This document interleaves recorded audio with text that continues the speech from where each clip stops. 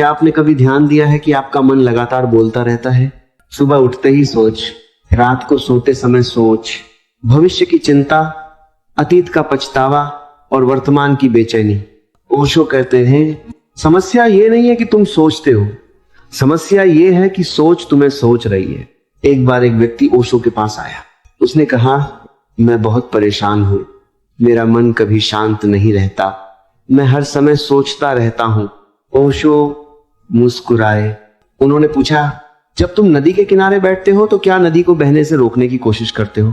उस व्यक्ति ने कहा, नहीं, नदी तो अपने आप बहती है। ओशो बोले, फिर विचारों को रोकने की कोशिश क्यों करते हो? वो व्यक्ति हैरान रह गया।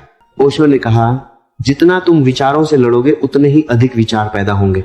मन से युद्ध मत करो, केवल उसे देखो। कल्पना करो कि तुम सड़क किनारे खड़े हो, गाड़ियां आ रही हैं और जा रही हैं। क्या तुम हर गाड़ी के पीछे भागते हो? नहीं, तुम केवल देखते हो। ओशो कहते हैं, विचार भी उसी सड़क पर चलती हुई गाड़ियों की तरह है। उन्हें आने दो, उन्हें जाने दो, सिर्फ साक्षी बनो। धीरे धीरे तुम्हें एक अद्भुत बात दिखाई देगी।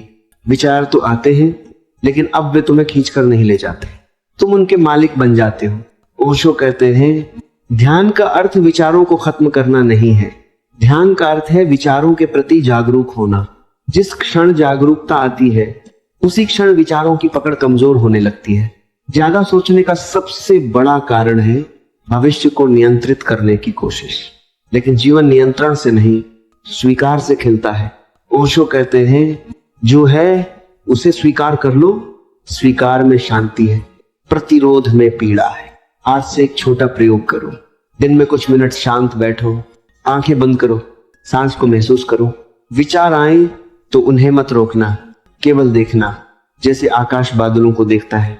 कुछ दिनों बाद तुम महसूस करोगे, मन अभी भी है, विचार अभी भी हैं, लेकिन भीतर एक गहरी शांति जन्म लेने लगी है।